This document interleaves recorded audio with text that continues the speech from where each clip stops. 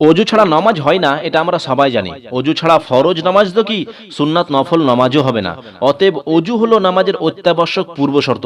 কিন্তু অজু করার পর যদি অজুর মধ্যেই ভুল থাকে, তাহলে নামাজ হবে কিভাবে?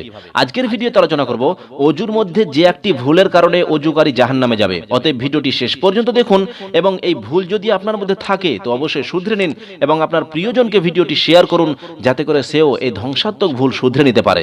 আমরা জানি অজুর মধ্যে ফরজ কাজ চারটি।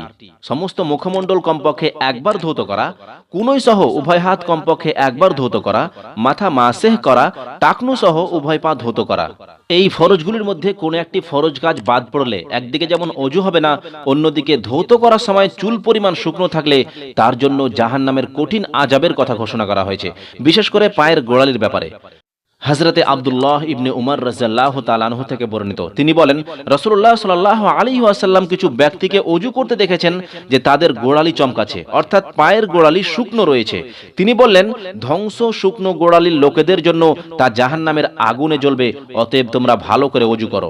এই হাদিস দ্বারা স্পষ্টভাবে বোঝা যায়, অজু করতে গিয়ে পা ধৌত করার সময় তা যদি শুকনো থেকে যায়, তাহলে অজু তো হবেই না, বরং এই শুকনো অঙ্গ জাহান্নামের আগুনে জ্বালানো হবে।